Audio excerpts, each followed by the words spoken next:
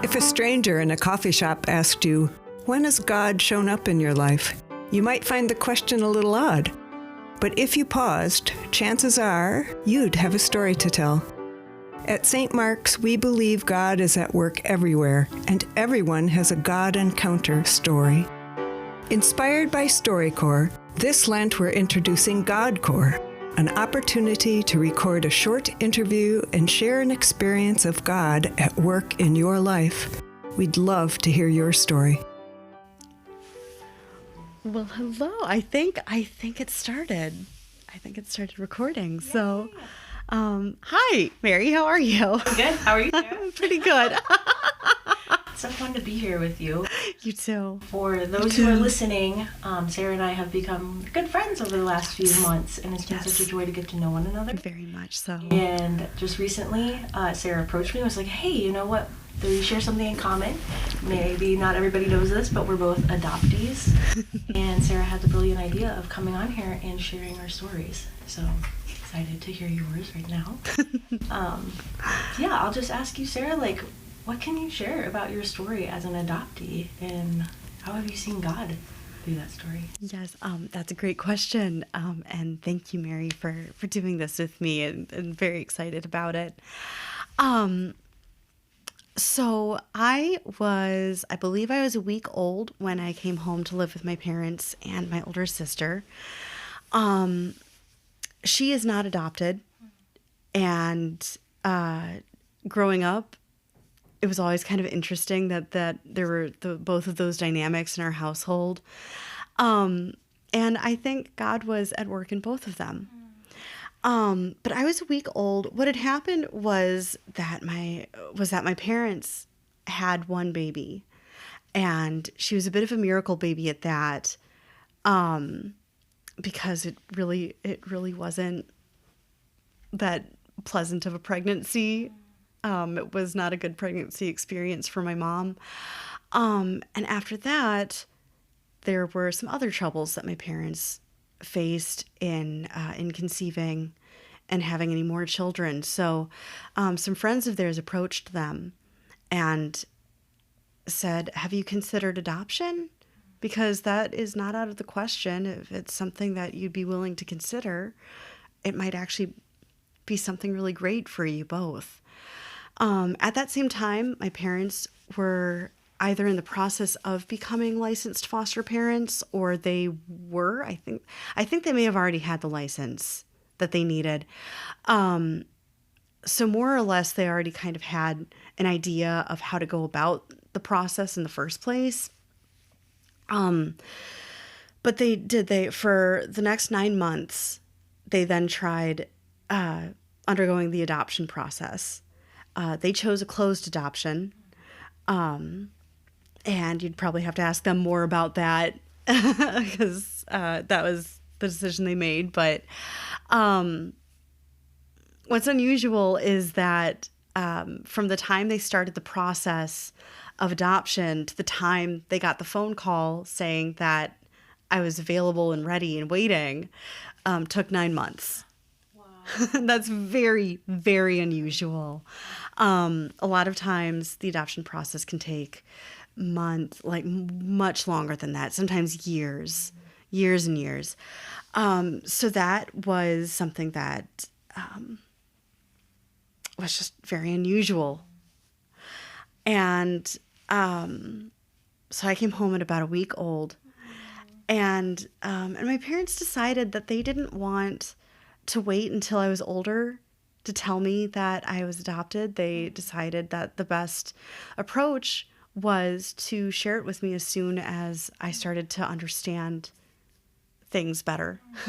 And so from a very, very early age, I think I might have been 1 or 2 when they started telling me about how God brings families together sometimes in different ways. It's not just that mom and dad have a baby or 2 or 3 or however many, but sometimes God sends children who are born from other mothers into families.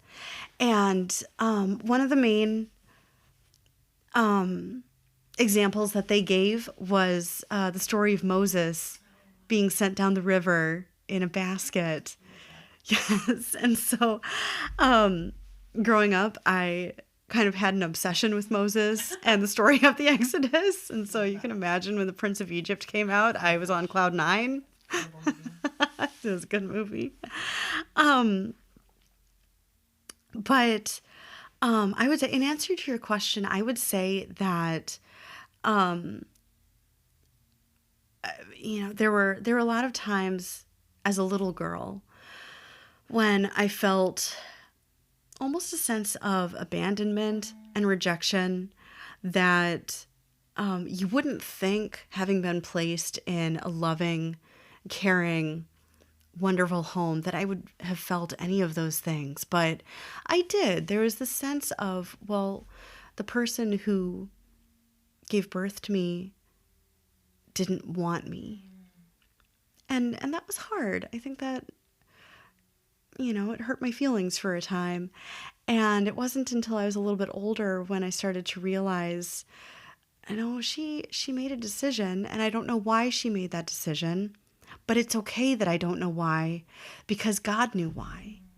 And God had a plan, and God knew what he was doing. So as I became older and I was able to trust God a little bit more deeply and come to understand that he is always at work and often in ways that we can't even comprehend yet. I remember there was one particular moment where I don't specifically remember what I said, but my dad's response was, "Yes, but you are our daughter. You are our child." And that was such a defining moment for me, to hear him say that and to know that that God had indeed placed me into my family on purpose. And the way I see God's hand at work here is that, oh my gosh, there's so much. I don't even know where to start. I think one of the major ways that I see his hand at work is that, first of all, I wouldn't know the people that I know and love so dearly if I hadn't been placed into my family. And I also see how God is using me in other people's lives, and I hope that I'm shining his light in their lives. But I see how God is taking me and using me in his kingdom to love others, to serve, to take care of my own little one now, and to love my husband and to take care of our household. And there might be other reasons that I don't even know about yet. And one day I hope to see that clearly. I hope to see how God is using me and the story, so that others can also see, there's no such thing as God making a mistake. He's very meticulous in caring for each and every one of us, each and every one of his children. Yeah. That's awesome. Thank so you. Beautiful. I just kind of sitting here in awe, hearing about the ways that God weaved your story even before you were born into this bigger narrative of his faithfulness. That's so cool. I love hearing the bits of how your family had come alongside you too. Oh, thank you. Thanks, Sarah. I'm happy to share it. Yeah, in the little bit of time that we have, I'd be curious to hear, how did you navigate, as you said, there was those distinct moments that you can look back on as you were getting older and kind of coming to this maybe tension point of what does it look like to be an adoptee who's facing those thoughts of, rejection or abandonment, and you receiving so much love and care from your parents and kind of affirming, no, that you are my child, that you have been chosen. Could you share a little bit about specific points in your faith journey where you've kind of seen God bring that out through his scripture, or maybe an interaction with your sister or someone else that you can think of as well? Oh, absolutely. No, I actually, that is a very good point. Earlier I had brought up how that dynamic of, there's one sibling who wasn't adopted, and from my perspective, it was like, well, she's the special one. She's the biological child, and then from her perspective, it was, well, no, she's the special one. She was, she was chosen. She was picked. I didn't have a say in the matter, but she's the one that was brought into our home, and thankfully, my sister and I are really, really close, and we're very good friends. And growing up, that was often the case, but not always. There were times where I think it was hard for both of us, and we'd look at each other with a little bit of jealousy, thinking, oh, mom and dad love you more.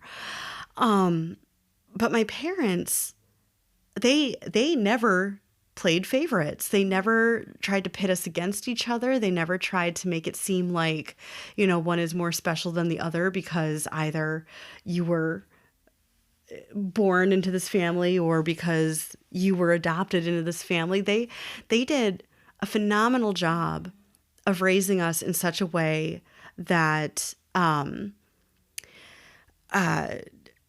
I'm trying to instill this when I worked with younger children who were about to have a new sibling.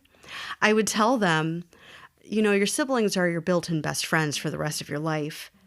These people will always be in your corner. They'll always love you, and you're always going to have somebody to buddy up with. So that's what my parents did for my sister and I. They really made it very clear that Ashley and I are good friends, and that we should be. We should always try to think of the other and love the other. I love that. Amazing. Of course, my pleasure. Thank you for listening to this episode of St. Mark's Episcopal Church, GodCore. If you would like to record one of these episodes and tell your story about how you've experienced God, please use the link in the notes to schedule your time. We look forward to hearing your story, and we hope that you continue to tune in to hear ours. Thank you, and God bless you.